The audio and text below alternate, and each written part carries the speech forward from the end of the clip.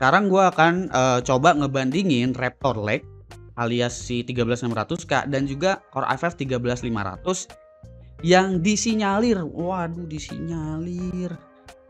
Yang disinyalir itu adalah Raptor Lake refresh karena revisinya C0 katanya gitu kan.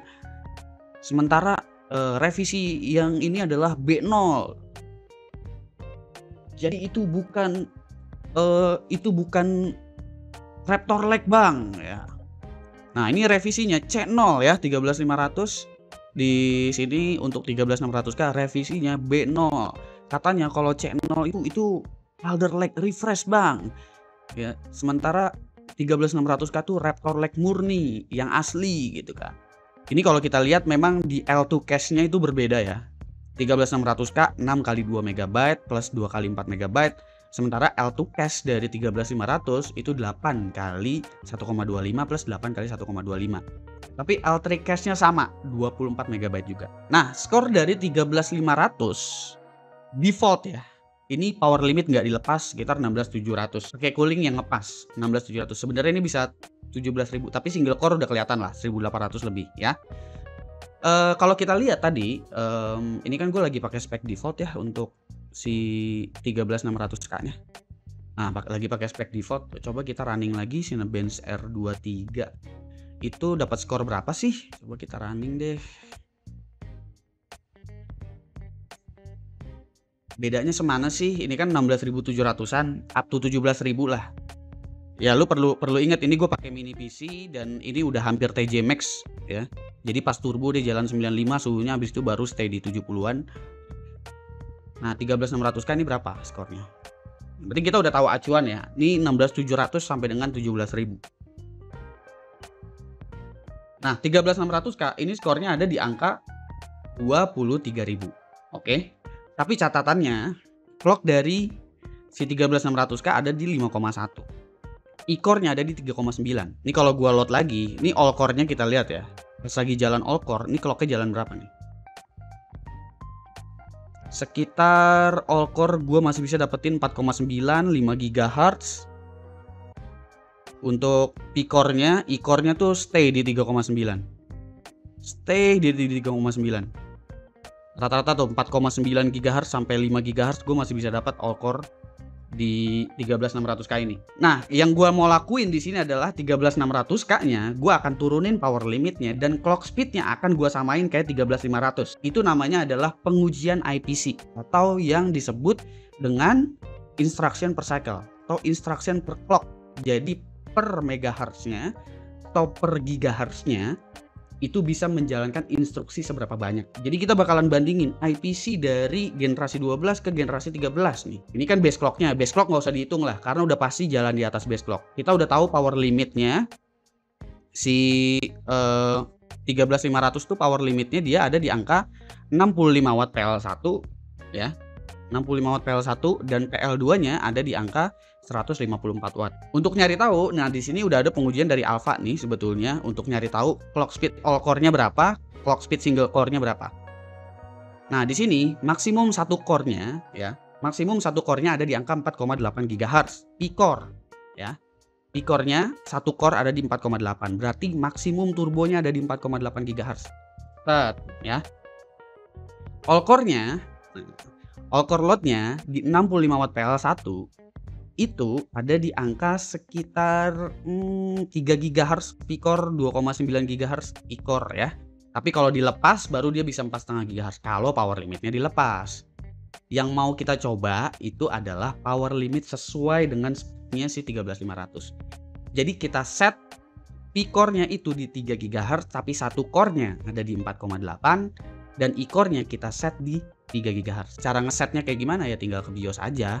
Ini motherboard nggak support OC, tapi kalau di setting ke bawah masih bisa. Kita akan samain power limitnya kayak 13500, clock speednya juga disamain kayak 13500. Oke, kita masuk ke AI tweaker mode. Habis itu kita masuk ke internal CPU power management. Kita ubah dulu power limitnya, berarti PL1-nya ada di angka 65 watt. Habis itu ini short durationnya, turbonya ada di angka 154 watt. Nah, yang harus kalian tahu, turbo dari si Core i5 13500 itu ada di angka 28 detik. Gua udah cek lewat Intel XTU. Ya. Turbo dia bukan di 56 detik tapi di 28 detik. Lalu selanjutnya adalah kita ubah clock speed. Ini ada P-Core, P-Core-nya dari auto kita ubah jadi by core usage. Jadi satu core kita set di 48 ya. Habis itu kita turunin di sininya 45, sisanya kita kasih 35 malah di sini paling rendah. 35. Lalu e-core-nya kita langsung sync all core aja di 3 GHz. Ntar kita cek aja di HW Info dia jalan di berapa, apakah jalan di 3,5 GHz all core atau enggak. Ini udah gue save. Untuk voltage nggak usah diubah karena kita udah set power limitnya juga, dan ini setting ke bawah bukan setting ke atas, jadi santai aja. PL1 nya berapa? 65, L2 nya 154. Kita start, kita sembari cek juga di HW Info. Kita lihat CPU package powernya, dia naik tuh ya, naik di atas 65 watt, masih jalan turbonya. Bahkan di sini nggak nyampe 155 watt tuh. Gue lihat-lihat pas lagi multicore. Clock speednya jalan di 3,5 GHz.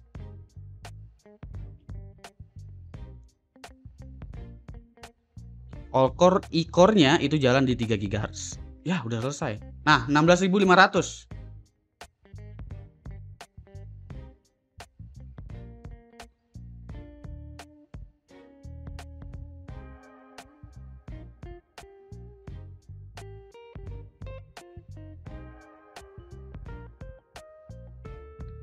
Kalian nggak perlu masalahin ini Alder Lake atau Raptor Lake.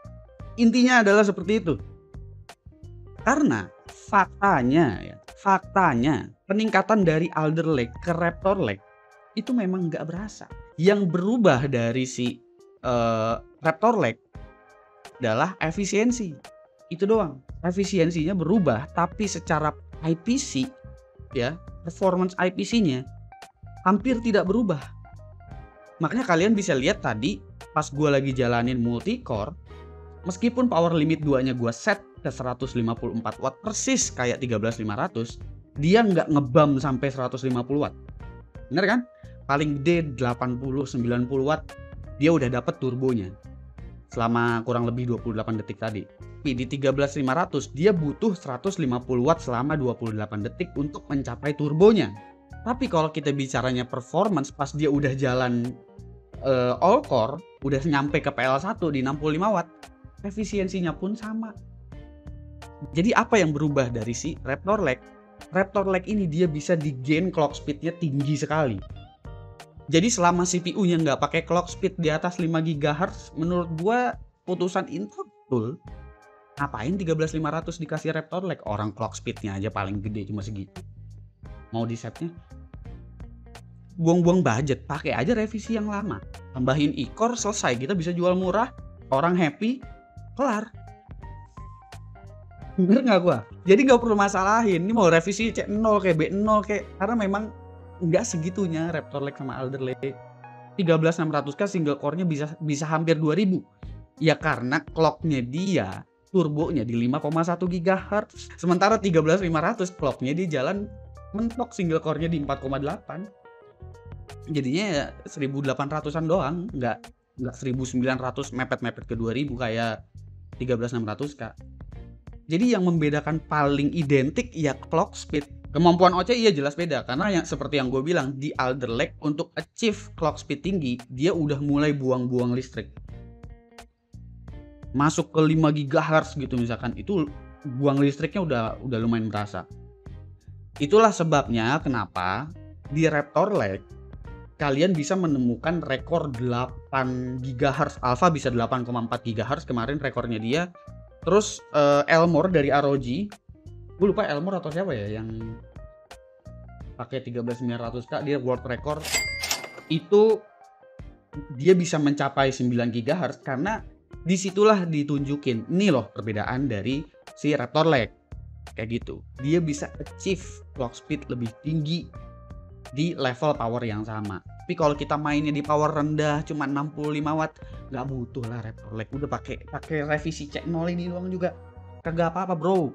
Kalau misalkan itu channel bang, itu mah cuma Alder Lake ditambahin i-core, memang. Tapi lihat keperluannya, lu perlu nggak pakai revisi B0 di CPU 13500 ini? Tidak perlu menurut gua. Kalau gua jadi Intel juga ngapain? Kita mau set itu CPU di 65 watt coy, nggak butuh. Revisi B0 kasih 13600 kalah. Yang butuh clock gede, ini kan nggak butuh clock gede. Kita sync all core aja deh ya, karena ini gua ada beberapa takutnya mengganggu. Kita bikin sync all core di 48. i-core-nya ya biarin aja, karena kita mau ngetes single core, jadi i-core-nya nggak bakalan kepake. Ini gue buka lagi nih screenshotnya nih, biar lu pada panik, biar lu pada keracunan Core i5 13500. Nah tuh, ih banget. Mau memperdebatkan revisi C0 sama B0, Alder Lake refresh, Raptor Lake murni. Yang beda tuh cuma di config L2 cache, yang sebetulnya juga L2 cache-nya kalau ditotal-totalin sama, dan efisiensi, itu doang. Catatannya, kalau lu pakai 13500, lu pastiin pakai cooling yang agak bagus untuk nahan turbonya. Kalau lu pakai motherboard bagus di 13500 yang bisa lepas power limit, jadi dia bisa jalan full 150 watt tanpa henti. Jadi nggak cuma 28 detik doang jalannya. Itu 13500 core-nya bisa 20.000 lebih multi-core. Ini kalau lu lepas nih power limitnya dan cooling lu sanggup nahan 150 watt tuh nggak susah. Nyari cooling yang bisa nahan 150 watt gampang. Cooling 400.000, 500.000 banyak yang bisa nahan 150 watt doang mah. Sisanya lu beli motherboard yang bisa ngeset PL1-nya di 150 watt, selesai. Kenceng nih loh. Cuma beda berapa persen tuh? 10%-nya aja 2300, ini tambahin 2300. Ya, cuma 10% di bawah 13600K lah. 13600K default tapi bukan OC. Nahan ini konteks nahan ini berarti dia belum mencapai TJ Max, itu aja ya. Itu aja ya. Jadi suhu ditahan itu berarti dia belum mencapai 100 derajat kalau di Intel sekarang. Selama dia nggak mencapai titik 100 derajat berarti dia masih bisa nahan clock speed dan CPU package powernya. Udah itu aja.